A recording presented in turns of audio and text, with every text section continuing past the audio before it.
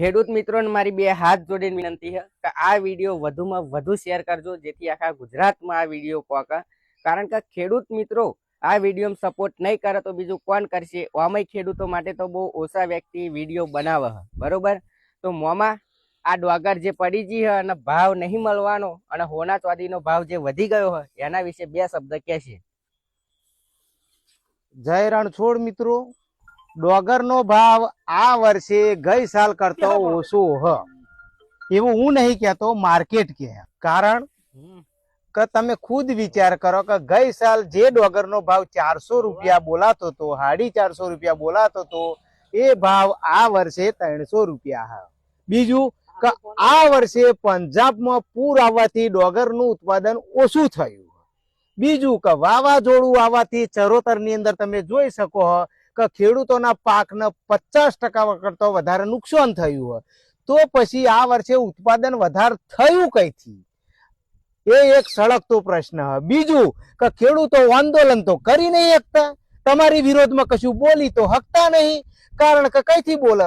આ બે દાડાનો દાખલો હ કે બોટાદની અંદર ખેડૂતોને કડદાના ભાવમાં જે ગોલમાલ થતો હતો એના માટે મહાપંચાયત ભેરી કરવામાં આવેલી.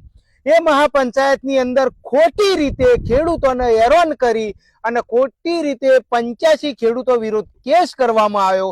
કેટલાય ખેડૂતો ઉપર હાથ ઉપાડવામાં આવ્યો. જેને તમે જગતના તાતનું બિરુદ આપવામાં આવ્યું, એ જગતના તાત ઉપર બેરહેમીથી જે માર મારવામાં આવ્યો પોલીસ દ્વારા, ગમે તેના કહેવાથી, હું તો કહું XYZ ના કહેવાથી, જે ખેડૂતો ઉપર અત્યાચાર કરવામાં આવ્યો કેટલો વ્યાજબી છે? શા માટે એમણે મહાપંચાયતનું આયોજન કરવામાં આવ્યું?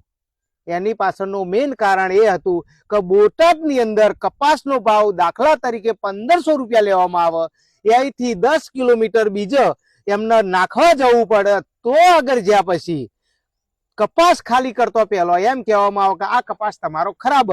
તો તમારી મારા હારા મૂર્ખાઓ, જ્યારે તમે જે હેરાજી કરતા હતા તો તાણે કઈ ગયેલા તમે?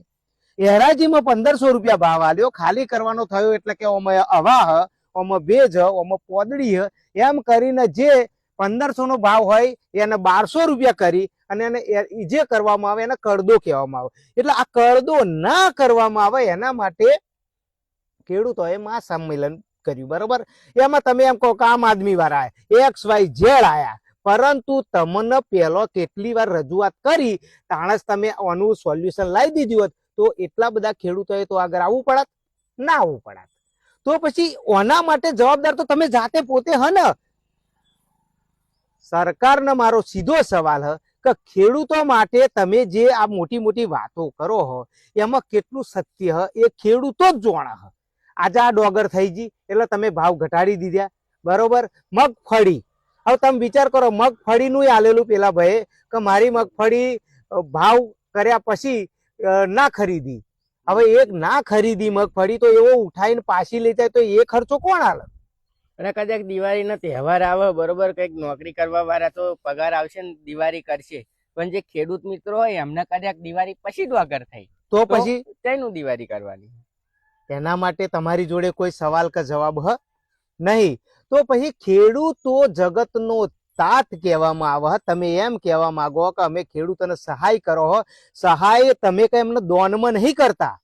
કારણ કે જે ભાવ 1970 ની અંદર ઘઉંમાં હતો અને જે ભાવ હોનાનો 1970 માં હતો એના હિસાબમાં અમે ગણીએ તો ડોગરનો ભાવ આજે 5000 થાય 20 કિલોના. આપો હો તમે? નહીં આપતા. તો તમે અમારી પર કોઈ ઉપકાર નહીં કરતા. એટલે એ વાત ભૂલી જવાનું કે ખેડૂતો ઉપર તમે કોઈ ઉપકાર કરો. અમે તમારા બાપ હ અને બાપ રહેવાના હ.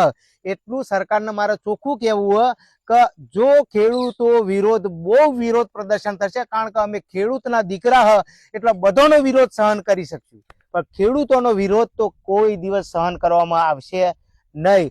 અને એ યાદ રાખજો કે આવનારા સમયમાં જો ખેડૂતો વિરોધ અને ખેડૂતોના પોષણક્ષમ આ ભાવ ના મળ્યો, અને દાખલા તરીકે તમારે અત્યારે DOP નો ભાવ આટલો બધો વધી ગયો, બિયારણનો ભાવ વધી ગયો, દવાનો ભાવ વધી ગયો, તો ઉત્પાદનનો ભાવ કેમ નહીં? યંત્રોનો ભાવ વધી ગયો, ટ્રેક્ટર દોવા તો પછી તમે બધાનો ભાવ વધારી દો તો જે રીતે ભાવ વધે એ પ્રમાણે તો આનો ભાવ વધવો જોઈએ કે ના વધવો જોઈએ. એટલે ખેડૂત મિત્રોએ ખાસ વિનંતી છે કે આ વિડીયો વધુમાં વધુ તમે શેર કરજો, અંદર કોમેન્ટ કરજો કે વાત સાચી છે કે ખોટી છે. તમે કોમેન્ટ નહીં કરો, શેર નહીં કરો તો આ જે ઊંઘતી જે સરકાર છે એને કશું ખબર પડવાની નહીં. ખેડૂત જો ખેડૂતનો સાથ અને સહકાર નહીં આલે તો આપણા આ જ રીતે પીસાઈને મરવાના વારા આવશે. એટલે ખેડૂતોએ ખાસ વિનંતી છે કે આ વિડીયોને વધુમાં વધુ શેર કરજો. જય હિન્દ. જય હિન્દ, જય રણછોડ.